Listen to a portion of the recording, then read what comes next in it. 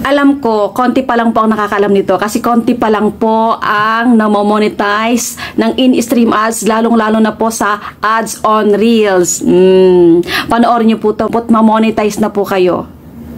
Ito po ay disclaimer lang mga lods, hindi po ako expert.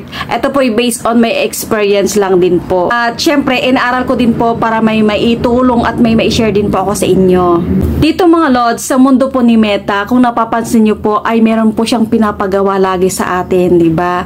Lalo na kapag inopen po natin yung ating mga dashboard, ayan, dyan po natin makikita yung mga next steps, kung ano na po bang susunod na gagawin natin, ayan, andyan po pumapasok yung yung mga pag-reply po natin sa mga comments ng mga nag-i-engage po sa atin.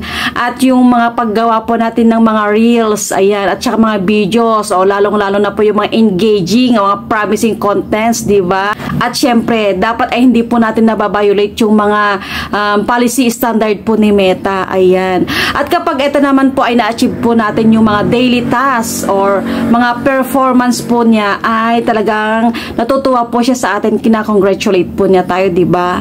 At kung napapansin niyo po, kung may nagko-congratulate po sa atin at meron po nagbibigay ng mga task sa atin, may nagbabantay po sa atin. At ito po ang tinatawag po natin na algorithm po ni Meta or ni Facebook.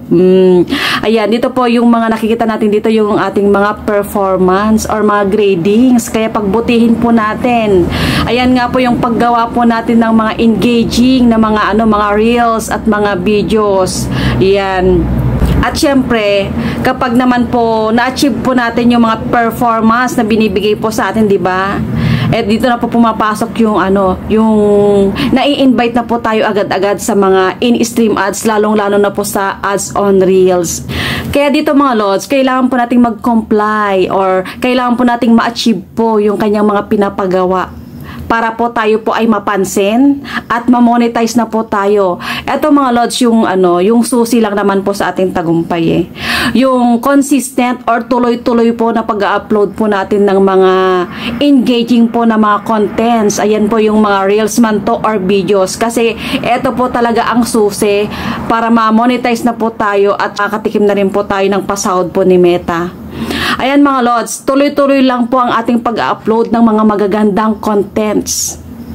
At syempre, wag po nating pababayaan din po yung ating pag-engage sa ating mga kapwa content creator. Yan po ang sikreto po ng mga na-monetize na po. Consistent is the key at engaging content is the key. Ayan mga lodi ha. Sana po ay may na-share po ako sa inyo na magandang tips, talagang makakatulong po sa inyo. Kaya gawin po natin araw-araw, wag po tayong magpapalya. Kasi yan po talaga may daily tasks na tinatawag. Ayan mga lods, sana po ay nakatulong po ako at kung pwede, paki-heart naman at pwede rin po na i-share po sa ating mga kapwa content creator, lalong-lalo na po sa ating mga followers para makatulong din po tayo sa kanila. Thank you po and God bless.